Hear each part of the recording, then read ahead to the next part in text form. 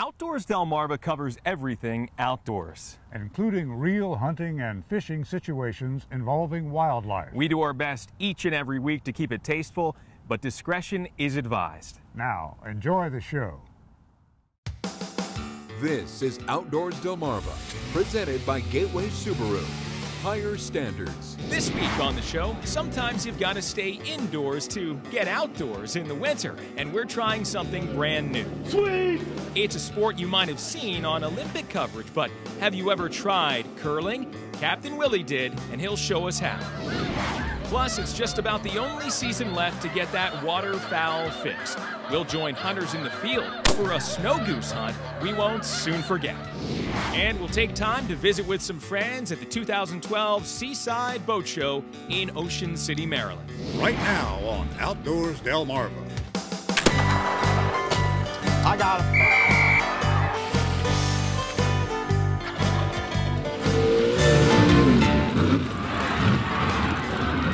This is Outdoors Delmarva, presented by Gateway Subaru.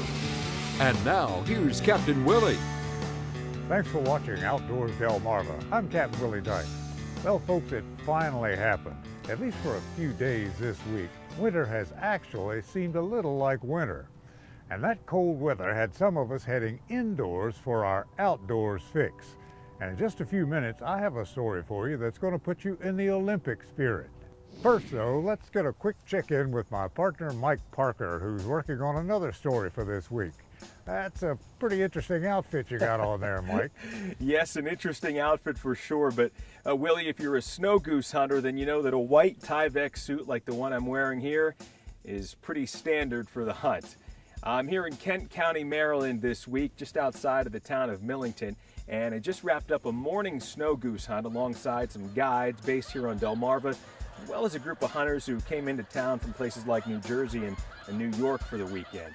I'll tell you what, you know, it's been kind of a lackluster waterfowl season up to this point, at least the early seasons in the winter here, but we did have at least one shining moment here in this field behind me this morning, so I can't wait to show it to you, and we'll be back with this story in just a few minutes. Until then, we'll send it back to you.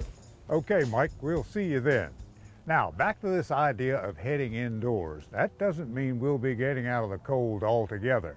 When I had a chance to learn a new winter sport, I had to put some of my skepticism on ice. All right, at this point, we're going to stretch a bit.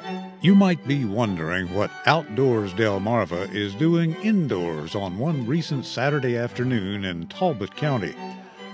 No, it's not a Zumba class. It's something slightly more exotic in our opinion, and after watching a brief video explaining terminology, we're ready to go out onto a surface we usually try to avoid: ice. The Chesapeake Curling Club meets a few times a year to host a unique event that's open to the public, and its name suggests its purpose: learn to curl.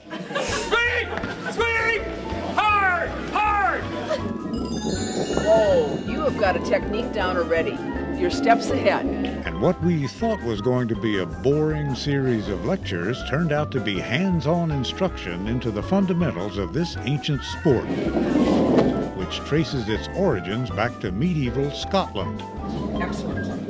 And I noticed that when you go back, you come up on your toe a little, so do I. And when you come forward, you go flat, which is great. It's exactly what I want to see. Let's stand up. Try it again for me, please. I'm going to tell you to turn it to 2 o'clock. You're going to let go of it at 12 o'clock. Okay.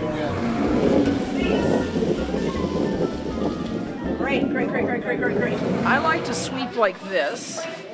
It allows me, I feel, to get closer to the zone. Some people like to sweep like this. The introduction of the broom or brush marks the final phase of the instruction. Sweepers, as they're called, can alter the course of the stone so that it can be guided to a somewhat precise position, and therein lies the skill. Sweep!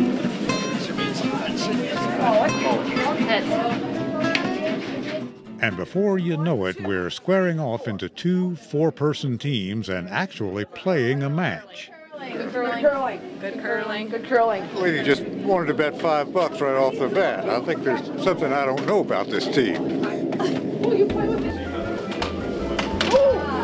each team member gets 2 tries to get their stone into the round circle called the house. Look at that! Now, it doesn't matter where in the house the stone settles. Each one only counts as 1 point. On the throw of the stone, the player can put a spin on it, which can cause it to arc or curl. And that's where it gets its name. So why don't we see if we can't have them hit this? This plays a part in the strategy because while you're trying to place a stone in the house, your opponents are trying to knock you out. Now it's my turn. We're currently tied and I'm aiming for the blue stone to knock it out of the house. The throw is a good one. Could old Willie's luck have changed at last? Oh, wow. Oh my gosh! Oh, wow.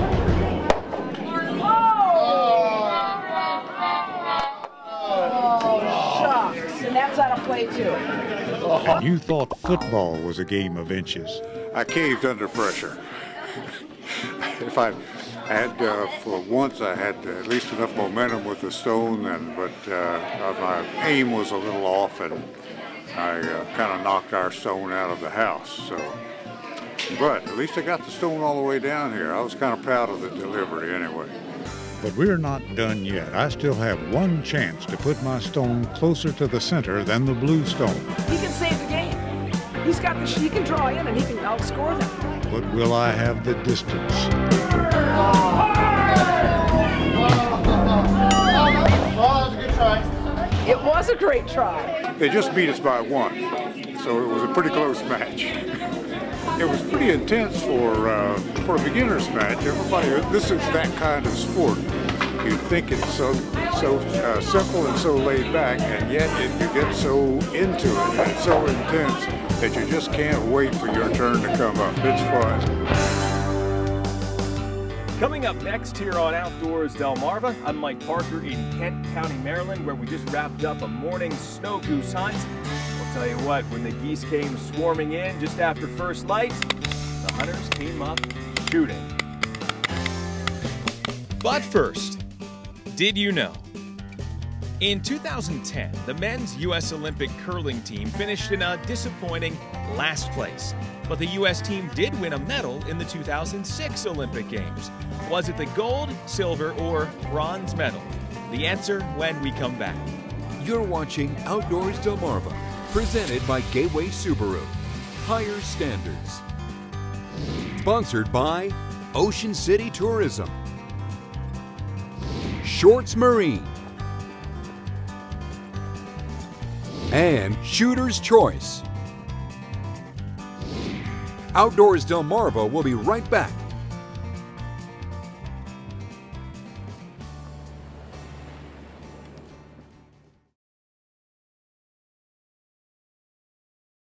Sweet! Did you know? The men's U.S. Olympic curling team won the bronze medal at the 2006 Olympic Games in Turin, Italy. Did You Know is sponsored by North Bay Marina. Thanks for watching Outdoors Delmarva. I'm Mike Parker. Well, if you've been watching the show over the past month or so, you've seen we've been bringing you plenty of waterfowl hunts and proof that it's been kind of an up and down season this year. Mostly down, I'd say mostly because of this warm winter weather we've been experiencing. I mean, it's the middle of February and it's 55 degrees. What gives? Well, what gives for most hunters is that once January passes, the bulk of the waterfowl hunting is over anyway, unless you're after snow geese. So that's why we're here this morning in Kent County, Maryland, donning these white Tyvek suits, looking at the sky to see what we can find. Hey, guys, put one more down there and bring that other one over here. In a field illuminated by the headlights of several pickup trucks, Jerry Kaharski of Del Bay Guide Service is already hard at work. And the work of a professional waterfowl hunting guide can peak this time of year. We had about 5,000 birds here yesterday. We set a rig of about 1,000 shell decoys. And hopefully they're going to come back here this morning and we're going to get on them. The end of January also marks the end of the traditional duck and goose seasons, so attention turns to snow geese, the Arctic dwellers who love a winter vacation on Delmarva, finding rest on its many bodies of water and food in its many agricultural fields. It's no limit, unplug guns, e-collars, you know, virtually, you know, no laws, you know, except baiting. I mean, you can pretty much do anything, and, you know, guys, you know, really get excited about having a plug out of the gun for some reason. Well, you know, this is a great hunt, especially for new hunters, because there's a lot of action, there's a lot of birds, there's a lot of trigger time. It's just great to get new people into the sport, which is what we're trying to do here. Now, hunting a bright white goose means blending in with bright white decoys. And from the air, well, these high flyers don't seem to notice the size difference between the spread and the full-grown men dressed in white Tyvek suits lying somewhat comfortably amongst them. At least not until it's too late. And as you're about to see from both my camera and Bob's head cam, when a flock of thousands of snow geese form a massive moving cloud above us, it's the chance of a lifetime to unload and unleash. Get him, go!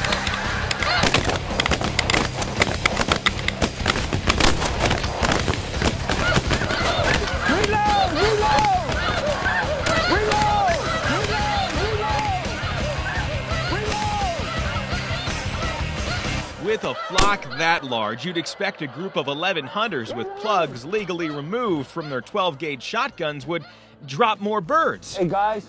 Maybe they should have. But at a distance of about 30 yards, these hardy birds still have a knack for escaping. There's one over there on the hill, you see him? And as both man and dog go on the retrieve, the first count, 12 birds, or about a 1 bird per man average. Could have shot a little better, but man, that was, you know, probably 6,000 to 8,000 birds just right straight over your head. I mean, you couldn't ask for better.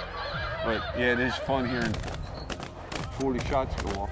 As the morning moves along, the spread catches the attention of a few pairs and a lone goose or two, and these shooters will have a few more opportunities to squeeze the trigger. I'll take him like that all day long. He's doing real good. Don't lick the lens. And he's just doing so good. It gave him the command, and he went out and got one, which was good. So, Champ, the other, he's a Chesapeake retriever. He's much more experienced, so he's kind of a little bit more aggressive. But we're getting there, and this is just a wonderful thing to do out here in nature. But after a few hours on our backs, hopeful moments of spotting distant birds become less likely to produce. And it becomes apparent that a huge flock of snows nearby is quite content to just graze in a field about a half-mile away, with no more intention of flying in our direction. For the hunters, many of whom have migrated hours from the north themselves just for the chance, found it. And ironically, when it comes to snow geese, when it rains, it pours. Get outdoors, Delmarva!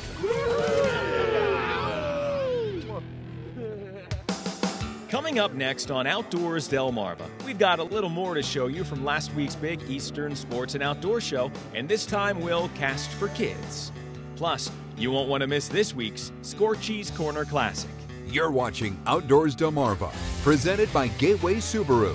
Higher standards. There are places on Virginia's eastern shore where the mode of life combines the past and the present.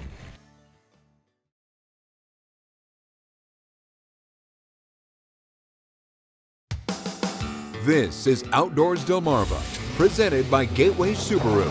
Higher standards. And now, here's Mike Parker.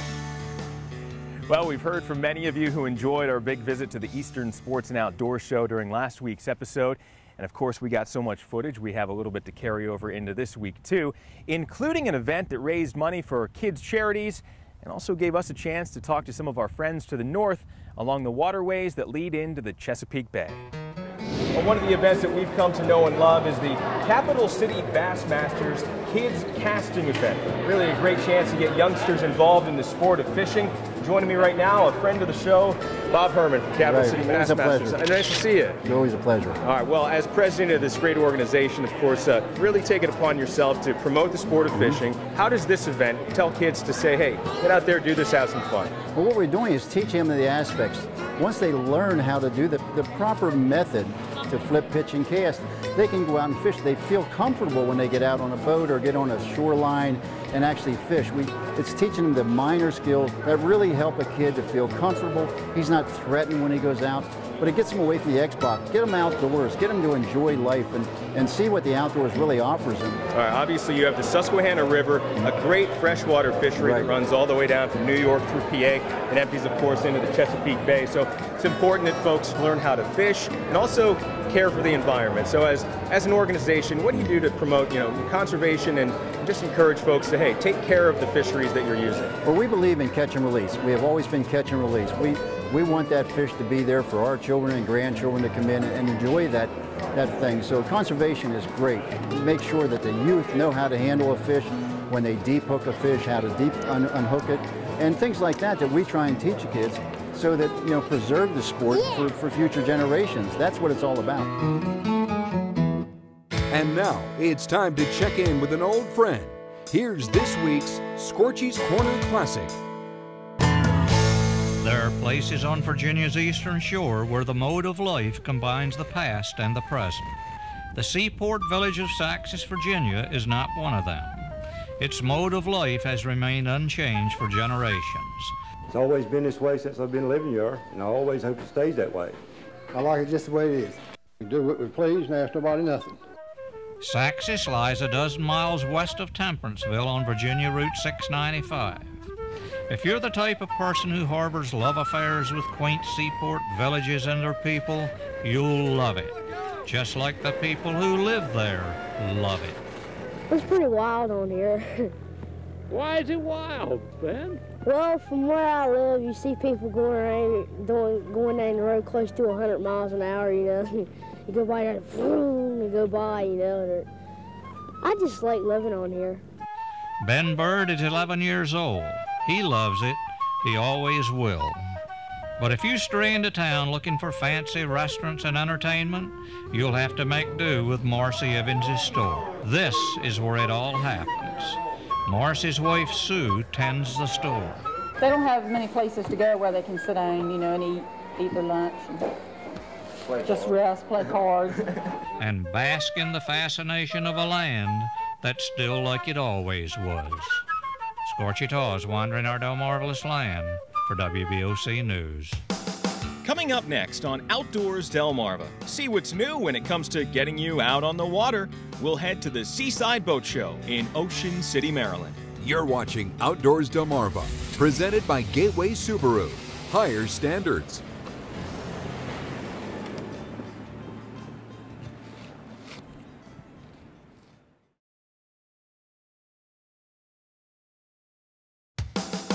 This is Outdoors Delmarva, presented by Gateway Subaru. Higher standards. And now, here's Mike Parker. Back here again at the 2012 Seaside Boat Show in Ocean City, Maryland. And as always, time to spend some time with our friends from Shorts Marine, located in the Millsboro and Long Neck, Delaware areas. Spending time with our friend Kelly Rotz from Shorts. Hey, Kelly. Hey, Mike, welcome back. We are pumped up this year. Kelly, this thing looks like something out of the Batman movies. You betcha, Mike. What you're sitting in right here is the new 15-foot Speedster from Sea-Doo.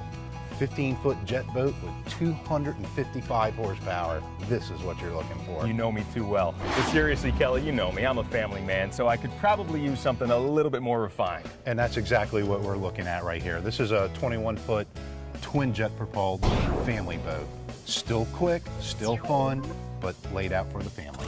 Now this new 190 series here from Yamaha looks like a great starter boat, Kelly. Great entry-level boat, a young family just getting started in boating or somebody who doesn't have a whole lot of experience. Single motor as opposed to two. At a fraction of the price. You bet. All right, now we're looking for speed. And Kelly, this new Sea-Doo model just screams Generation X. This is it right here, 260 horsepower RXPX. We also have our entry-level units too. 130 horsepower though. More than enough to get you out on the water. Kelly, here's a new name for you guys. Tell me about this Fun Chaser deck boat. Well, Fun Chaser is certainly a new name to the industry, but the parent company certainly isn't. This is made by Carolina Skiff. Family cruising, ski, tube, and right next to it, look at the fishing beauty right there. Well, maybe a brand new boat's not in your budget, but a new motor is. And Kelly, repowering can make a huge difference. Like this Mercury 150, boy, it's got a lot of great features. You bet. This is the new 4-stroke 150. 3 liters of displacement on this guy.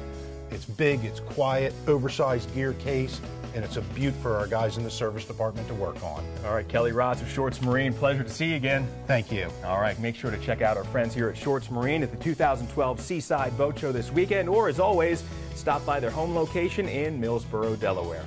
Shorts Marine, everything you need to get out on the water. And we'll be right back. Coming up next on Outdoors Delmarva, your viewer pictures. Outdoors Delmarva viewer pictures are sponsored by Shorts Marine.